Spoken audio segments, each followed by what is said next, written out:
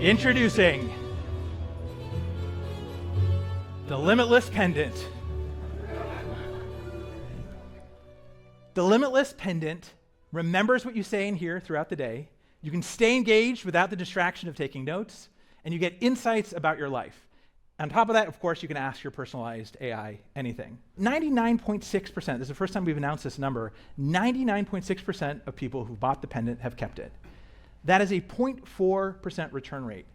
For comparison, that's 3.5 times better than the iPhone. Sorry, Johnny. What the true future of personalized AI might look like. And it's so crazy I had to shrink everything down to the corner here to really show you how far this impossible vision of the future might look. And to do that, I want to talk about a couple concepts. First, let's talk about this sort of intelligence dimension, which is that machines are going to become conscious. So let's talk about consciousness. Consciousness is a spectrum. And I'll just share some intuition for why I think that's true. If you think about different organisms in the world, you've got bacteria, insects, mice, dogs, humans, and clearly humans are quite conscious. I have a subjective experience of living and standing in this room. I assume many of you do too, although I don't know for sure. I think many of you are conscious. And on the other extreme, bacteria. Many of you probably wash your hands. I hope you wash your hands pretty regularly. You're killing lots of bacteria and you don't feel bad about it. And I think a reason why is that you know that they probably don't have much subjective experience. You're not causing the bacteria suffering. But a spectrum in the middle, obviously, as you get closer and closer to what we think of as conscious beings, you feel guilt that you're causing suffering to something that has subjective experience. So that's my argument that consciousness is a spectrum. We have this innate sense that we won't want to harm or cause suffering to anything that has a subjective experience. So then what is consciousness in one sentence? Well, it's the subjective experience of observing oneself.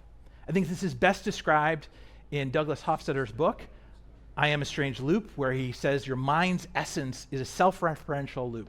Basically the brain looking at itself. Great illustration I love is this is a drawing. This is called Drawing Hands by McSher. My grandfather actually was also Dutch, had this up in his house, and I grew up every summer visiting him and seeing this this Drawing Hands.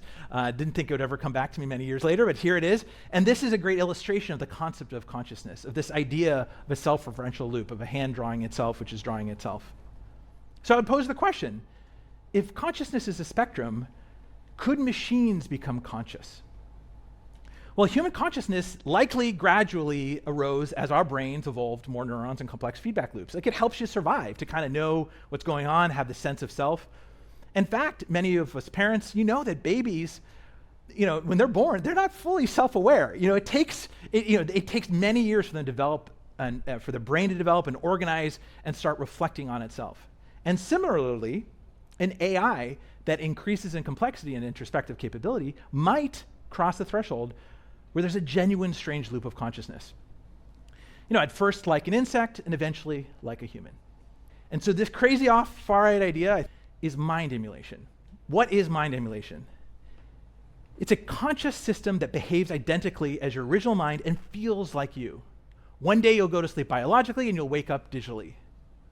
What might that look like? What are some embodied versions of mind emulation? Well, initially it'll just be some system in the cloud that has subjective experiences, or at least we think it does. That's the goal, is it has a subjective sense of self, but probably kind of bored, not interacting much with the world. Maybe the simplest interaction with your embodied mind emulation might be by text. You could chat with this version. Maybe your grandkids could talk to you.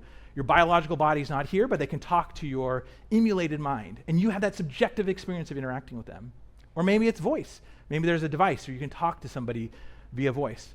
Or even further down, maybe they're embodied robotically, somebody who can walk around the world, and the senses of the robot and the actuators replicate the same physical meat that they once had on their arms and legs, but now are connected to their connectome the same way that once their biological system was.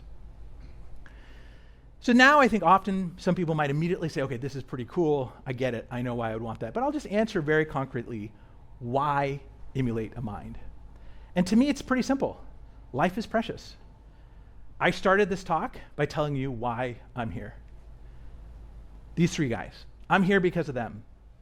I want them to live in a world, in the future, where they can choose when to die, when they're ready, not when disease strikes them prematurely. What makes us us shouldn't disappear when our bodies do. So that's why I'm here. And now, how would you do this? Okay. This is hard. This is maybe one of the hardest things we've ever done, so I don't exactly know how we're going to do it, but I'll tell you about 3 key ingredients I think we're going to need if one day we're going to emulate a mind. I think you kind of need the brain map. I think those connectomes, the connections are kind of important.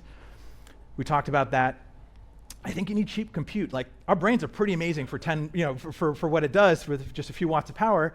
We're going to need a world where cheap compute exists. And last, I think we need behavior data. You know what kind of behavior data? This kind. Everything you've read and written, everything you've said and heard.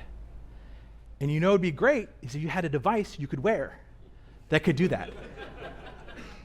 And so this is, in many ways, why I started this company. The ability for us to one day, hopefully, capture the things that while we're still alive might be useful down the line, and certainly maybe not for us, but for our kids. So those are the ingredients. That's the crazy journey I told you about would take on. I hope I brought some of you with me. I'll give an analogy, because some folks think this is so audacious. I'll just give an analogy of something that also once thought was audacious, which is SpaceX. You know, they say they're going to Mars. I think they believe that. But along the way, they've had to do things like Starlink. You got to build a great product. You got to build a great business. You got to earn the revenue. You got to build something valuable in the world. And that's our pendant. It's something that we think will create a lot of value in the world in the short term. I think that's amazing.